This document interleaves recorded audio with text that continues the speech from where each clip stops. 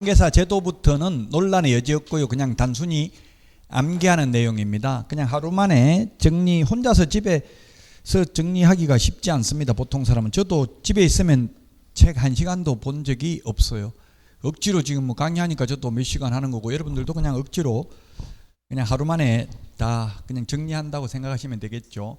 자, 시험 시행기간 원칙 시도지사 예외 국토교통부 장관입니다. 이때까지 시험 모두 100% 시도지사가 시행했고요. 국토부 장관이 시행한 적 한 번도 없습니다. 국토부 장관이 시험을 시행했으면 국토부 장관 명의로 자격증 내줘야 된다고요. 근데 지금 자격증 다 시도지사 명의로 나왔고요. 다만 국토부 장관이 근데 현실적으로 실시한 적은 없지만 시험에는 이론적으로 국토부 장관이 실시하려면 미리가 시험에 나왔습니다. 미리 정책심의위원회 의결을 거쳐야 되는데 사후 의결을 거치면 된다. 시험에 X로 출제됐습니다. 미리 의결을 거쳐야 되고요. 자, 시험은 누구든지 다 볼 수 있습니다. 원칙적으로. 시험 못 보는 게 딱 두 가지입니다. 무효 처분일로부터 부정행위해가지고 무효 처분일로부터 5년간 자격 취소되고 3년간 시험 못 봅니다. 그것 빼고는 외국인도 시험 볼 수 있고 미성년자도 시험 볼 수 있고 파산 선고받은 자, 신용불량자, 교도소 복역 중인 자도 시험 볼 수 있죠. 부정행위 무효 처분일로부터 5년. 5년 우리 암기 프린터 결국 이게 여기 다 3년 46번에 있고요. 5년은 몇 번에 있습니까? 5년은 암기 프린터 가져오셨어요? 40번, 41번. 41번에 1번에 있습니다. 5년, 3년 이런 거는 암기해야지 숫자 논리적으로 왜냐고 따지면 답 안 나옵니다. 자격 취소되고 3년, 부정행위하고 무효 처분일로부터 5년간 시험 못 봅니다. 자, 시험은 매년 1회 이상 실시합니다. 다만 정책심의위원회 의결을 거쳐서 당해년도 시험을 시행하지 아니할 수 있습니다. 정책심의위원회 의결은 모두 사전 의결을 거쳐야 되는 거지 사후 의결을 거치는 건 없습니다. 시험에 다음 중 정책심의위원회 의결을 거쳐야 되는 경우가 아닌 것은 이렇게 출제됐습니다. 당해년도 시험을 시행하지 아니할 경우 의결을 거쳐야 되고 국토부 장관이 직접 시험을 시행하는 경우에도 정책심의위원회 의결을 거쳐야 되죠. 그 다음에 중개 보수 변경에 관한 사항 이런 것들도 의결을 거쳐야 됩니다. 자, 그래서 기출문제 나왔던 거 부정행위한 출제위원은 5년간 시험 출제위원으로 위촉될 수 없다. 부정행위를 한 수험생 출제위원 모두 똑같습니다. 5년입니다. 필요한 거 있으면 이거 사진 찍거나 녹화하거나 뭐 해도 상관은 없습니다. 필요하시면 5년입니다. 부정행위를 한 수험생 출제위원 모두 5년이 되겠습니다. 자, 그 다음에 시험 공고는 매년 2월 말까지입니다. 매년 2월 말까지인데 시험에 전년도 12월 말까지 이렇게 X로 출제된 적이 있습니다. 매년 2월 말까지 계략적 사항을 일간신문, 관보, 방송 중 하나 이상이 공고하고 인터넷 홈페이지에도 공고해야 됩니다. 계략적 사항은 매년 2월 말까지입니다. 시험에 전년도 12월 말까지 X로 출제됐다. 그 다음에 확정 공고는 시험 보기 10일 전까지 일간신문, 관보, 방송 중 하나 이상이 공고하고 인터넷 홈페이지 등에도 공고를 해야 됩니다.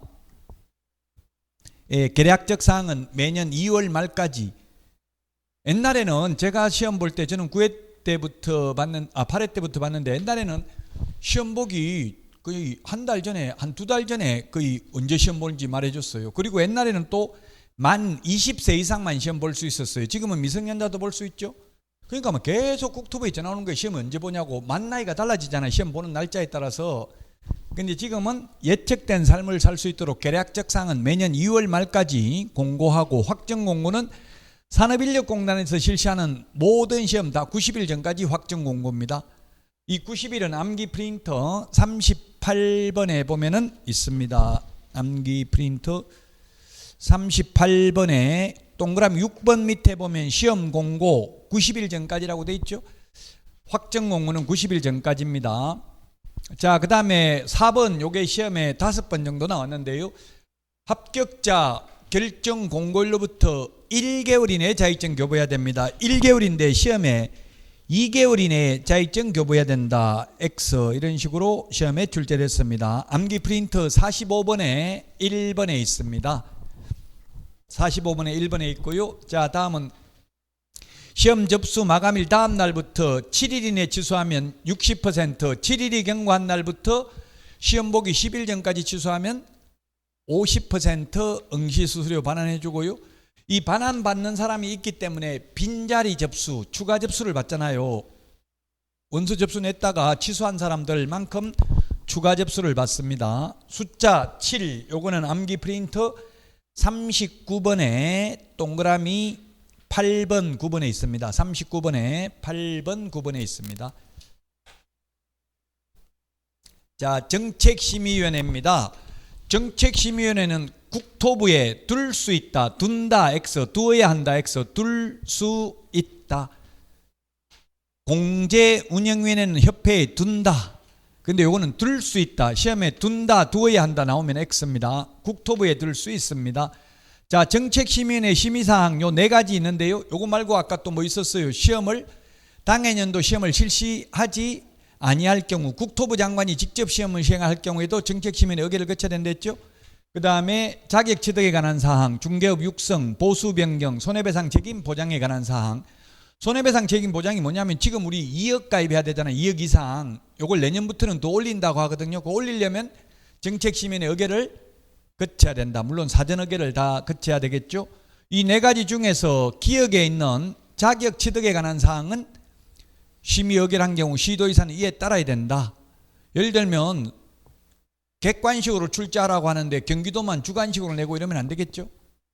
그래서 자격 취득에 관한 사항 따라야 됩니다. 시험에 보수 변경에 관한 사항을 심의 의결한 경우 시도의사는 이에 따라야 된다. X입니다. 중개보수는 시도 조례로 정하잖아요. 주택의 경우. 그래서 따라야 될 필요 없습니다. 시도별로 다를 수도 있습니다.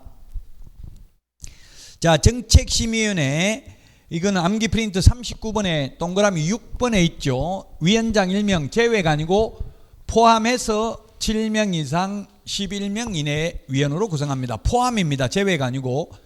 홀수죠. 홀수. 민주적 정당성을 확보하려면 과반수 출석, 과반수 찬성이어야 하잖아요. 7명이면 7명 중에 4명 이상 출석해야 되고 4명 출석했으면 3명 이상 찬성해야 되죠. 국회의원 월급 이준석 의원이 공개했던데요. 1,000만 원 안 되더라고. 세후 수익이 세금 떼고 나니까 세금 떼기 전에는 1,000만 원 넘고요. 월급이 1,000만 원이면 세금 많이 떼잖아요. 세후 수익은 900 몇십만 원 되더라고. 국회의원. 국회의원 자기만 월급 받는 게 아니라 보좌관들을 많이 둘 수 있으니까 비서관, 보좌관 이런 것도 둘 수 있죠. 국회의원들도 모든 우리나라 일반 의결 정족수는 제적위원 과반수 출석, 출석위원 과반수 찬성입니다.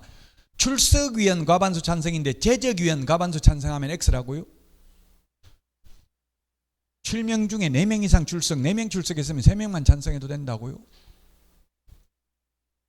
자, 그 다음에 위원장은 국토부 제1차관이고요. 국토부 제1차관이고 위원은 국토부 장관이 임명위촉합니다. 시험에 위원은 위원장이 임명위촉한다고 하면 X입니다. 위원장은 국토부 1차관인데 국토교통부 장관이 위원을 임명위촉합니다. 자, 그 다음에 공무원을 제외한 위원의 임기는 2년입니다. 모든 위원 임기 2년이다 하면 X죠. 공무원 제외고요. 보궐위원 임기는 전임 위원 임기의 남은 기간입니다. 우리나라에서는 대통령 빼고 모든 거는 보궐선거 하면 전부 전임자 남은 기간입니다. 시장, 도지사, 국회의원 다 마찬가지입니다. 다만 대통령만 보궐선거를 해도 임기 5년이 보장됩니다. 자, 정리입니다. 정책심의위원회 위원이 정언, 진술, 자문, 조사, 연구, 용역, 감정을 한 경우 제척사유에 해당된다. 제척사유는 그 회의에 참석하면 안 된다. 빠져야 되는 사유에 해당된다. 이해관계에 있으면 이런 걸 자문, 조사, 연구, 용역 이런 걸 하면 돈 받고 다 해주니까 돈 받았으면 이해관계 있잖아요. 그 정책심의위원회 위원과 그 다음에 그 안건 당사자가 이해관계에 있으면 그 회의에 참석하면 안 된다는 이야기고요. 그 다음에 2번 공정한 심의를 기대하기 어려운 경우에는 기피 신청을 할 수 있습니다. 재판부 기피 신청처럼 기피 신청의 대상이 된 위원은 그 의결에 참여하지 못합니다. 재척 사유에 해당하는 경우 스스로 해당 안건의 심의 의결에서 회피해야 된다. 빠져야 된다. 회피 안 하면 해촉할 수 있습니다.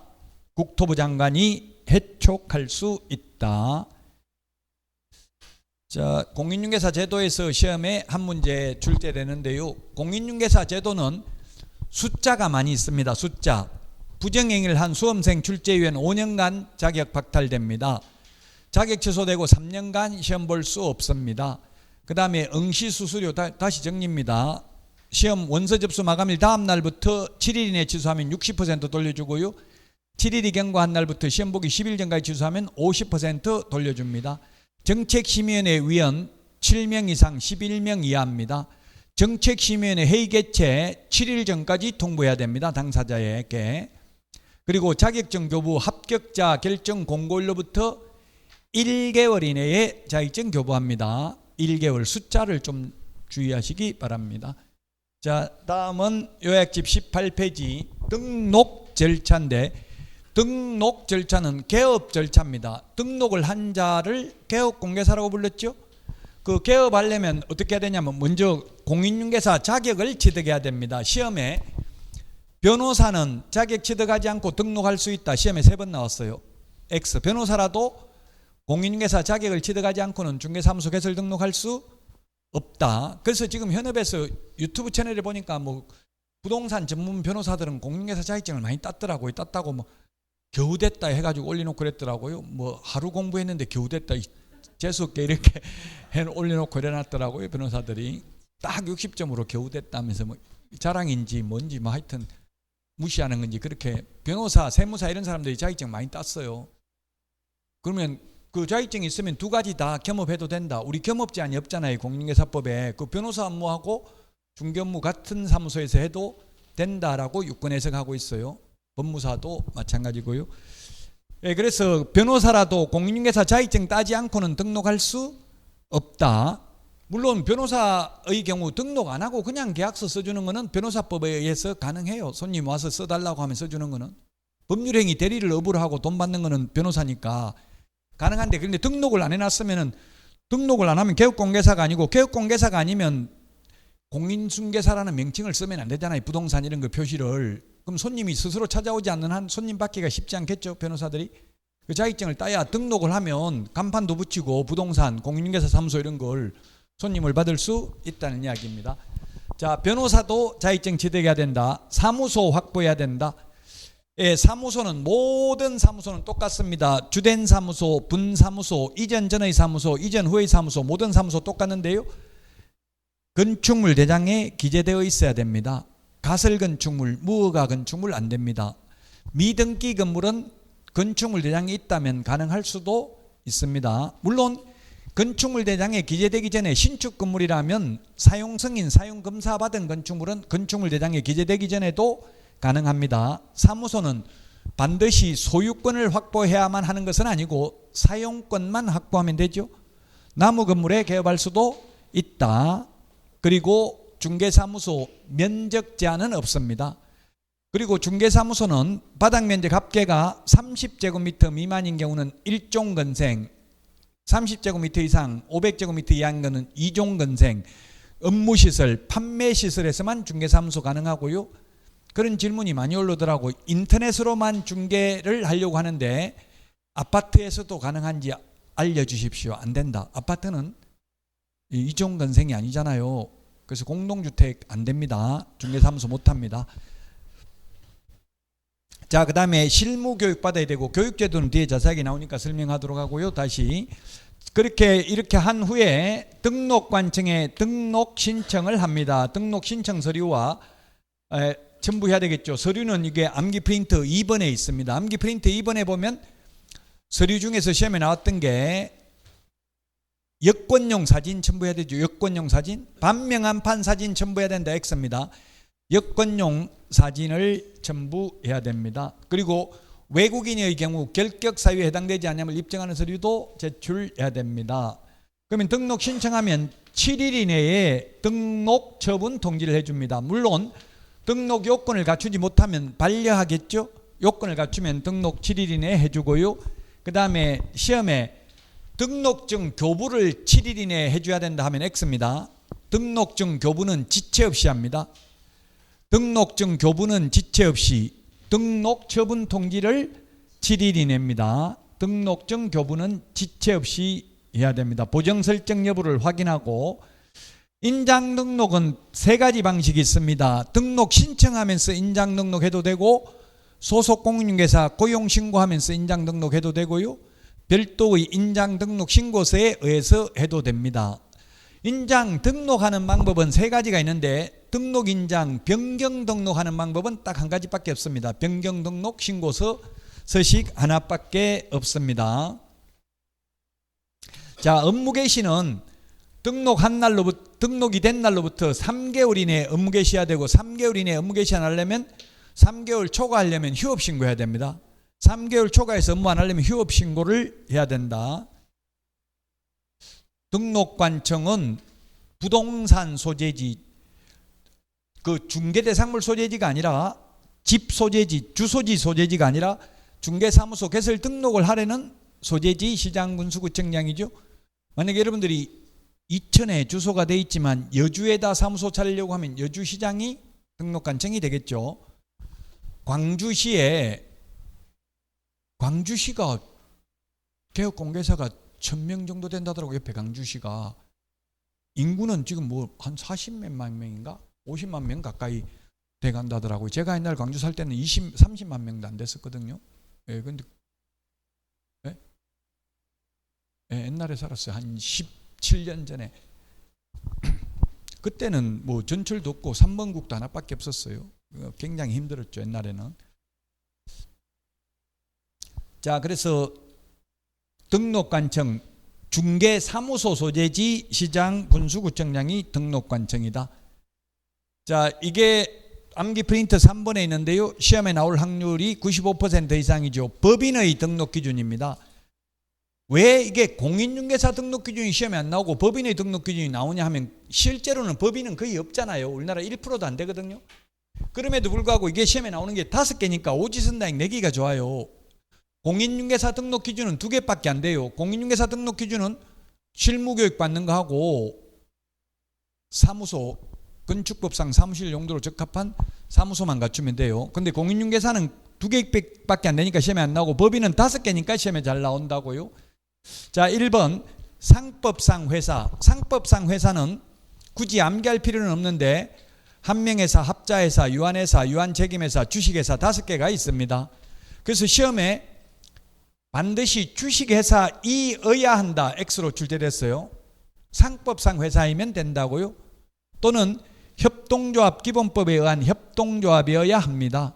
단 사회적 협동조합은 제외한다. 이게 시험에 많이 출제됐습니다. 사회적 협동조합 포함한다. X. 사회적 협동조합은 영리법인이 될 수 없습니다. 자본금 5천만 원 이상이어야 한다. 이걸 삭제한다고 이미 1년 반 전에 입법 예고해놓고 아직도 삭제 안 하고 있습니다. 자본금 5천만 원 이상이어야 됩니다. 근데 삭제한다고 한 이유는 청년 공인중개사들의 법인 창업을 활성화시키기 위해서. 왜 그렇게 했어요? 청년들이 스윙보트잖아요. 청년들은 나한테 잘해주면 여당 야당 없이 막 찍어주는 거예요. 저같이 늙은 사람은 한번 고정관님이 누구 어느 당 지지하면 아무리 무슨 짓을 해도 안 바뀌거든요. 그 성향이. 근데 스윙보트가 되는 게 좋아요. 그래야 정책을 편다고. 그 사람들을 위해서 정책을 펴준다고요. 우리같이 이제 사고의 틀이 굳어가지고 안 바뀌는 사람은 잘해줄 필요 없잖아요. 어차피 찍어주니까. 안 찍어줄 사람은 어차피 안 찍어주니까. 그래서 청년 공인중개사들 도와주려고 자본금을 삭제한다 했는데, 이것 때문에 법인 안 하는 게 아니라는 이야기예요. 그래서 이제는 아직은 삭제 안 하고 있다. 5천만 원 이상이어야 됩니다. 자, 그 다음에 2번 법 제14조에 규정된 업무만 영위할 목적으로 설립되어야 한다. 만. 암기 프린트 24번에 있습니다. 법 14조가 6가지입니다. 이 6가지만 할 수 있다고. 암기 프린트 24번에 시험에 중개업만을 영위할 목적으로 설립될 것 X로 출제됐습니다. 중개업만 영위하는 게 아니라 중개 외에도 주택 상가, 임대 관리, 부동산의 개발, 거래에 관한 상담, 개업 공개사를 대상으로 경영 기법 및 경영 정보 제공, 주택 상가 분양 대행, 도배 사업체 소개 등 용역 알선, 경공매 매수 신청들이 가능합니다. 중개업만 영위할 목적 하면 X입니다. 자, 그 다음에 3번 대표자는 공인중개사이어야 하며 대표자를 포함하는 게 아니라 제외한 임원 또는 사원의 3분의 1 이상이 공인중개사일 것. 그래서 앞으로 우리 공인중개사법에서 사원이라고 하면 한 명 합자회사의 무한 책임 사원을 말하는 거라고요. 그래서 주식회사 임원하고 똑같은 지위에 있는 사람입니다. 4번 대표자, 임원 또는 사원, 전원 및 분사무소 책임자가 실무교육을 받았을 것. 그 다음에 건축물 대장에 기재된 사무소를 확보해야 된다. 사용권만 확보하면 되지 반드시 자기 건물이어야 되는 것은 아니다. 소유권을 확보해야 된다 하면 X입니다. 사용권을 확보하면 된다. 시험에 나올 확률 95% 이상입니다. 법인의 등록 기준. 그 지금 여러분들 듣는 게 뭐 맨날 하던 소리 또 한다. 이게 정상이라고요. 지금 이때까지 한 번도 안 들어보고 신선하고 충격적인 거 하면 그게 오히려 비정상이라고요. 다 아는 거 그냥 한 번 더 복습한다고 생각하셔야 돼요. 모르고 신선하고 충격적인 게 나올 수 없어요. 그러면 그는 시험에 안 나오는 거죠, 자주. 자, 특수법인도 등록해야 됩니다. 원칙은. 우리 등록하고 안 하고는 공인중개사법에 규정되어 있어요. 근데 특수법인은 예외적으로 등록을 안 해도 되는 게 있는데 특수법인이 4개가 있다고 했어요. 지역농협, 산업단지 관리기관, 지역산림조합, 한국자산관리공사 4개가 있는데 그 특별법에서 농업협동조합법에서 공인중개사법 제9조를 배제한다 이런 특례가 있는 경우만 등록을 안 합니다. 그래서 원칙은 특수법인도 등록해야 됩니다. 다만 예외적으로 특별법에서 등록 안 해도 된다고 돼 있으면 안 해도 된다. 그 지금 현실적으로 등록을 하는 거는 한국자산관리공사만 등록을 하고요. 나머지 지역농협, 산업단지 관리기관, 지역산림조합은 그 특별법에서 공인중개사법 제9조를 배제한다라고 되어 있기 때문에 등록하지 않습니다. 원칙적으로는 등록해야 됩니다. 그러나 등록을 하지만 암기 프린터 3번 맨 위에 특수법인은 등록 기준을 적용하지 않는다. 등록 기준을 적용하지 않는다 이 말은 자격증 없어도 된다, 안 따도 된다. 특수법인은 이 말이고요. 그 다음에 등록 기준에 한 개라도 미달하면 등록할 수 없다. 아까 등록 기준 법인 5개 있었잖아요. 그중 한 개라도 미달되면 등록할 수 없고요. 등록 후 등록 기준에 미달하면 등록을 취소할 수 있고, 이렇게 등록 기준이 미달되어 등록 취소된 경우는 원래 등록 취소되고 3년 지나야 되잖아요. 그러나 우리 암기 프린터 31번에 동그라미 8번에 보면 등록 기준 미달로 등록 취소된 경우에는 3년 안 지나도 다시 등록할 수 있다. 즉 대표자를 제외한 임원 또는 사원의 3분의 1 이상이 공인중개사이어야 하는데 자격증 있는 사람이 모조리 그만둬버리면 등록 기준 미달이잖아요. 등록 취소될 수 있습니다. 그러면 3년 안 지나도 다시 공인중개사 3분의 1 이상 확보하면 또 개업할 수 있다는 이야기입니다. 자, 그 다음에 여기도 한 문제 반드시 나오고요. 결격사유, 이것도 최근 35년간 시험에 반드시 나오고요. 암기 프린트는 31번에 있습니다. 12개가 있습니다. 요약집은 24페이지에 있고요. 이 개업공개사 등의 결격사유에 해당되면 개업도 안 되고 취직도 안 됩니다. 그러나 원칙적으로 시험은 볼 수 있습니다. 단 자격 취소되고 3년간은 시험도 볼 수 없습니다. 부정행위자도 시험에 부정행위해도 직원으로 보조원으로 취직은 원칙적으로 가능합니다. 사원, 임원 중 1인만 결격 사유에 해당되더라도 등록 취소 사유에 해당됩니다. 단 2개월 이내 그 사유를 해소한 경우에는 등록 취소하지 않습니다. 암기 프린터 38번에 보면은 1번, 2번에 있죠. 암기 프린터 38번에 1번, 2번에 보면 법인의 임원 또는 사원이 결격 사유에 해당되면 2개월 이내 그 사유를 해소 안 하면 등록을 취소하여야 한다. 그 다음에 그 38번에 2번에 보면 소속공개사나 중개보조원이 결격사유에 해당되면 고용할 수 없고, 이미 고용되었는데 결격사유에 해당되면 2개월 이내에 그 사유를 해소해야 되고, 해소 안 하면 업무정지 사유에 해당됩니다. 소속공개사나 보조원은 업무정지 사유에 해당됩니다. 자, 결격사유, 개업하거나 취직할 수 없는 결격사유. 미성년자는 안 됩니다. 성년의제 안 됩니다. 성년의제라는 게 뭐예요? 혼인을 하면 성년으로 본다. 민법에 이런 규정이 있죠. 그러나 민법에서는 혼인하면 법률행위 할 수 있지만 단독으로, 공인중개사법에서는 혼인해도 미성년자는 취직 안 됩니다. 개업도 안 됩니다. 오직 나이를 만 19세 먹어야 됩니다. 법정대리인의 동의받아도 취직 못하죠. 부모 동의받으면 미성년자 취직할 수 있다. X입니다. 오직 나이를 먹는 길밖에 없다. 만 19세. 피성년 후견인, 피한정 후견인의 경우에는 후견 종료 심판이 있어야 벗어난다. 결격사유에서. 시험에 피성년 후견인, 피한정 후견인이지만 정신과 의사로부터 정상인이라는 소견서를 첨부하면 벗어난다. X로 출제됐습니다. 가정법원으로부터 후견 종료 심판이 있어야 됩니다. 지금 피성년 후견인이 뭔지, 피한정 후견인이 뭔지 우리 시험에도 안 나오고 민법 시험에도 안 나옵니다. 민법이 103조부터 시험에 나오는데 이거는 민법 9조, 10조, 11조, 12조 이런 데 있거든요, 이게. 그래서 제가 설명 안 하고 넘어가더라도 이런 거는 궁금하면 한정 후견인이 누군지 궁금하면 인터넷에 검색해 보면 잘 나와 있어요. 자, 그 다음에 파산 선고받은 사람은 복권이 되어야 합니다. 복권 신청하면 결격사유에서 벗어난다. X입니다. 그 다음에 또 채무회생 인가 신청한 후 회생 인가 여부가 결정되지 아니한 상태, 결격사유 아니죠? 파산 선고를 받았다는 말이 들어가야 결격사유라고요. 요건 어려운 게 채무자 회생 및 파산에 관한 법률에 규정되어 있습니다. 시험에는 해마다 출제되는데 그냥 결론만 시험에 나옵니다. 복권 결정이 되어야 결격사유에서 벗어난다. 자, 그 다음에 만기 출소하면 3년 지나야 되고요. 그 다음에 가석방 되면 남은 자녀 형기 더하기 3년 지나야 되고요. 무기징역의 경우는 시험에 안 나왔습니다. 무기징역은 가석방 되고 10년이 지나면 자녀 형기를 경과한 것으로 봅니다. 아직 시험에 나온 적은 없고요. 어쨌든 시험에 가석방 되면 가석방 된 날로부터 3년만 지나면 된다. X로 시험에 나왔어요. 남은 자녀 형기를 지나고 나서 3년 지나야 된다고요. 최근에 뭐 뉴스에 그런 게 나왔잖아요. 대통령 장모님 가석방 됐다 이런 게 뉴스에 나오더라고요.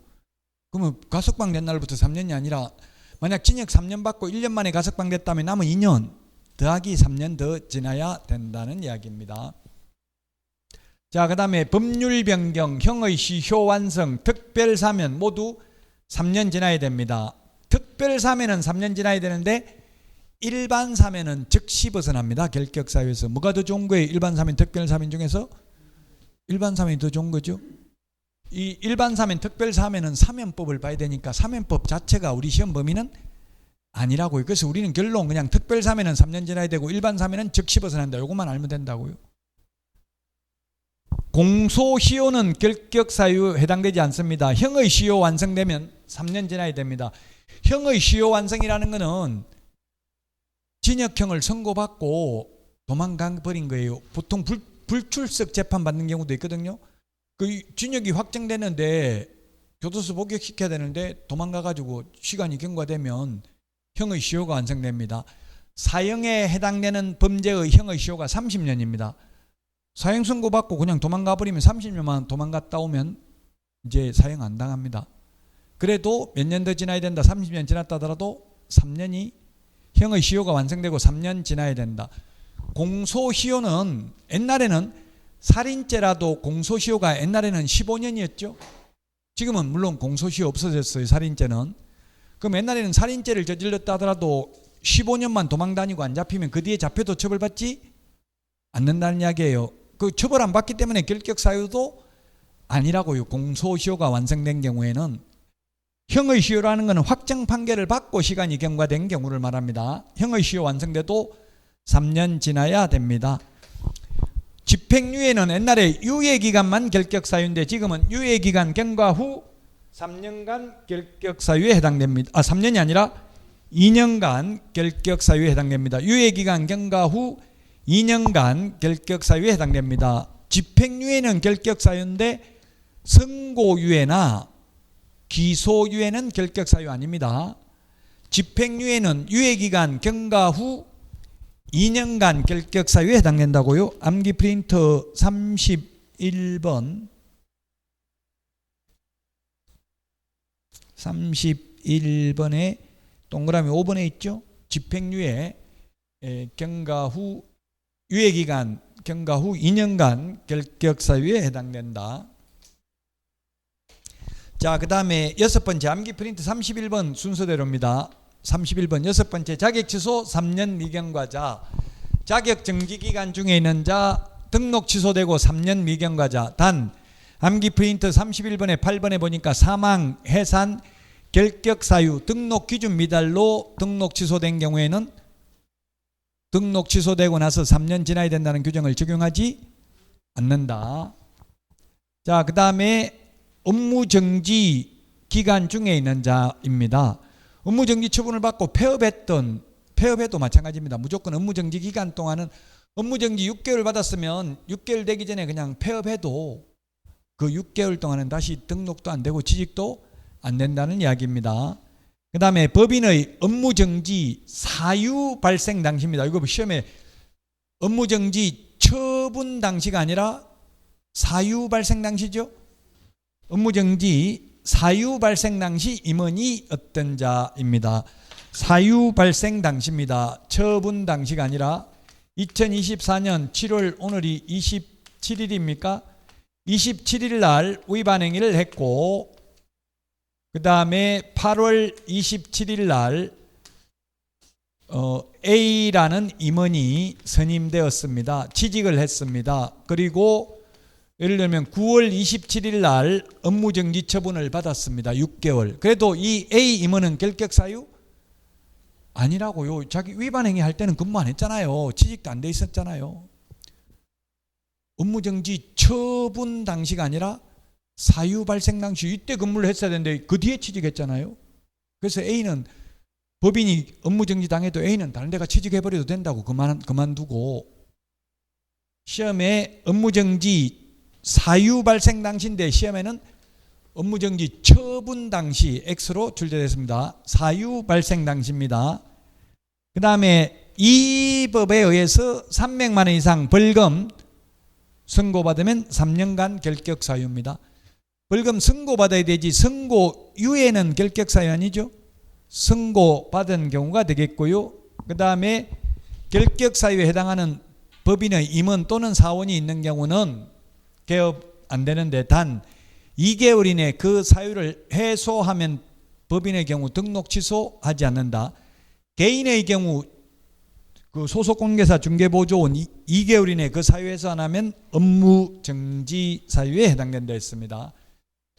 자, 암기 프린트 31번에 맨 밑에 있는 내용입니다. 개공 등에게 해당되는 게 예금이 비결 5개 암기해야 되고요. 개공 소공에게 해당되는 게 품위유지, 신의성실, 공정중개, 인장등록, 서명 및 날인.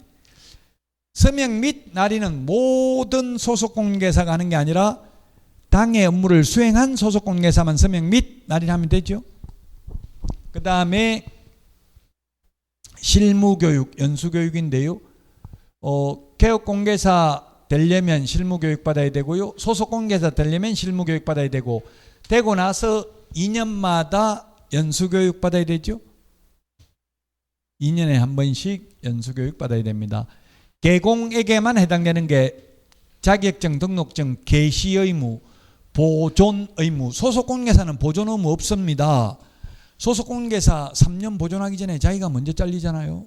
그래서 보존 의무 개공에게만 있고 그 다음에 보정 설정도 개공만 하고요. 계약서 작성, 확인 설명서 작성도 원래는 개공에게만 의무가 있습니다. 다만 소공도 계약서 확인 설명서를 작성할 수는 있습니다. 할 의무가 있는 건 아니고요. 개공에게 원칙적으로 의무가 있습니다. 자, 다음은 고용인입니다. 고용인.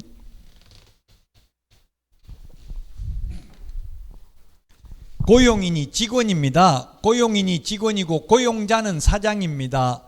고용인은 직원입니다. 직원은 자격증 따가지고 취직한 소속공개사가 있고 자격증 없이 취직한 중개보조원이 있습니다. 소속공개사는 중개 업무를 하거나 보조할 수 있고 보조원은 중개 업무는 못하고 보조만 할 수 있습니다. 요약집은 28페이지. 자, 그 다음에 고용신고는 모두 업무 개시 전입니다. 소공이나 보조원이나. 고용신고는 업무 개시 전에, 고용관계 종료 신고는 사후 10일 이내에 해야 됩니다. 보조원도 다 마찬가지죠. 소속공개사는 숫자, 인원수, 고용 인원수 제한이 없는데 보조원의 경우 개공, 소공을 합한 숫자의 5배수를 초과해서 고용하면 안 되고요. 만약 5배수를 초과해서 고용하면 1년 이하 이전역이나 1,000만 원 이하의 벌금이고 반드시 등록을 취소해야 됩니다. 직원이 잘못했을 때 그 잘못한 직원 책임이 있고요. 그를 고용한 개업공개사도 책임이 있습니다. 시험에 출제됐고 판례가 있는데 직원 잘못한 경우에는 그 잘못한 직원 책임은 없고 사장에게만 책임이 있다는 뜻은 아니다. 잘못한 직원 당연히 책임이 있고 사장에게도 책임이 있다. 그게 부진정 연대 채무라고 합니다. 우리 법 15조 2항에 보면 고용인의 업무상 행위는 그를 고용한 개업공개사의 행위로 본다. 직원의 행위로 보기 때문에 사장의 행위로 보기 때문에 사장에게도 책임 있는 거지 사장에게만 책임 있는 게 아니라고요. 직원이 잘못한 경우.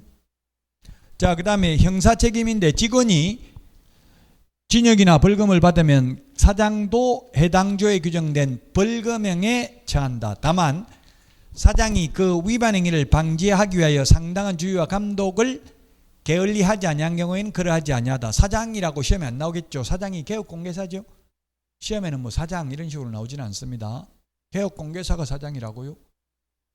직원은 소속공개사 또는 보조원을 그냥 제가 직원이라고 한 거예요. 자격증 따가지고 취직한 사람을 소속공개사라고 부르죠. 자, 사정교육. 소속공개사는 실무교육, 중개보조원은 직무교육 대상입니다.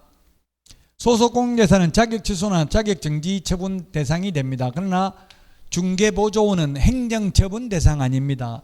가태료는 소속공개사의 경우 자격 취소됐는데 자격증 7일 이내에 반납 안 하면 100만 원 이하의 가태료, 보조원의 경우 보조원이라는 사실을 고지하지 않는 경우, 알리지 아니한 경우에는 500만 원 이하의 가태료입니다.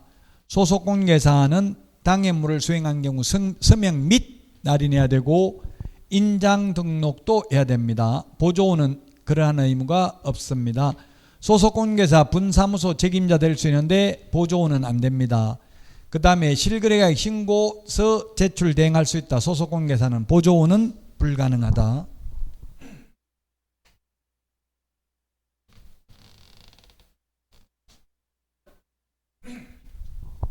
시험에 1번 고용인의, 시험에는 그냥 고용인의 업무상 행위는 그를 고용한 개업공개사의 행위로 본다.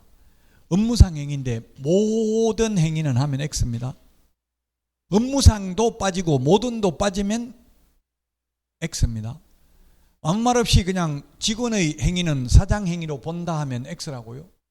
왜냐하면 아무 말 없이 행위라고 하면 모든 행위나 마찬가지잖아요. 업무상 행위일 수도 있고 업무 외의 행위일 수도 있죠. 업무상 이 말 꼭 들어가야 됩니다. 업무상 행위입니다. 추정한다가 아니라 본다. 우리 공인중개사법에는 추정한다는 말은 없습니다. 본다, 간주한다, 의지한다, 본다 같은 말입니다.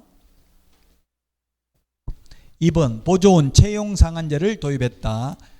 3번 절대적 취소다. 채용상한제를 위반한 사장님은. 그 다음에 4번 채용상한제를 위반해서 5배수 초과해서 고용했으면 1년 이하의 징역이나 1,000만 원 이하의 벌금이다.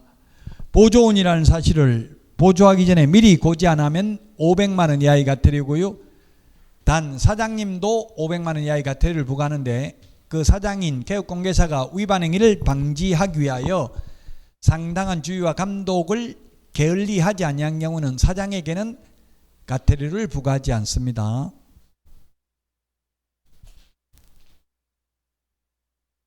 자, 법인의 겸업제한 암기 프린터 24번 요약집은 31페이지. 법인은 이 6가지만 겸업할 수 있습니다.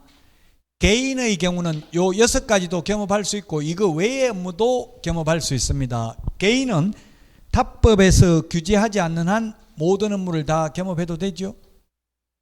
법인은 이 6가지밖에 못합니다. 법인은 돈 안 되는 것만 할 수 있습니다. 자, 상업용 건축물 및 주택의 임대 관리 등 관리 대행할 수 있습니다. 관리 대행할 수 있고 임대업은 할 수 없습니다. 돈 되는 것은 못한다고요? 이렇게 한 취지는 골목상권 보호하기 위해서 외국 대형 법인이 우리나라 진출해서 우리나라 개인중개업소와 무한 자유경쟁을 하는 것을 방지하기 위한 조치입니다. 그 다음에 2번 부동산 이용 개발 및 거래에 관한 상담업은 할 수 있는데 개발업은 안 됩니다. 개발업은 안 된다.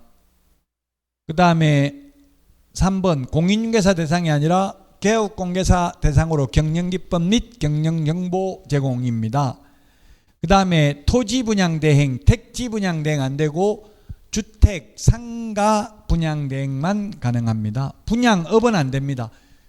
직접 자기가 지어서 분양하는 건 안 되고 남이 지어놓은 거 분양 대행만 가능합니다. 분양업을 해야 돈이 되죠. 분양 대행업은 돈 안 되는데 돈 안 되는 것만 하도록 하고 있습니다. 도배 이사업체를 직접 운영하는 건 안 되고 용역업은 안 되고 용역 알선업만 됩니다. 이삿짐센터 소개시키는 것은 됩니다. 직접 운영하는 것은 안 됩니다. 그 다음에 6번 경공매 매수 신청 대리, 입찰 대리 할 수 있는데 이 중에서 민사집행법에 의한 경매부동산 입찰 대리 하려면 지방법원장에게 매수 신청 대리인 등록을 하고 그 지도 감독을 받아야 됩니다. 한국자산관리공사 캔코 공매 입찰 대리만 하려면 매수 신청 대리인 등록할 필요 없습니다. 자, 이 6가지 겸업하고 받는 수수료는 중개보수가 아니기 때문에 많이 받아도 됩니다.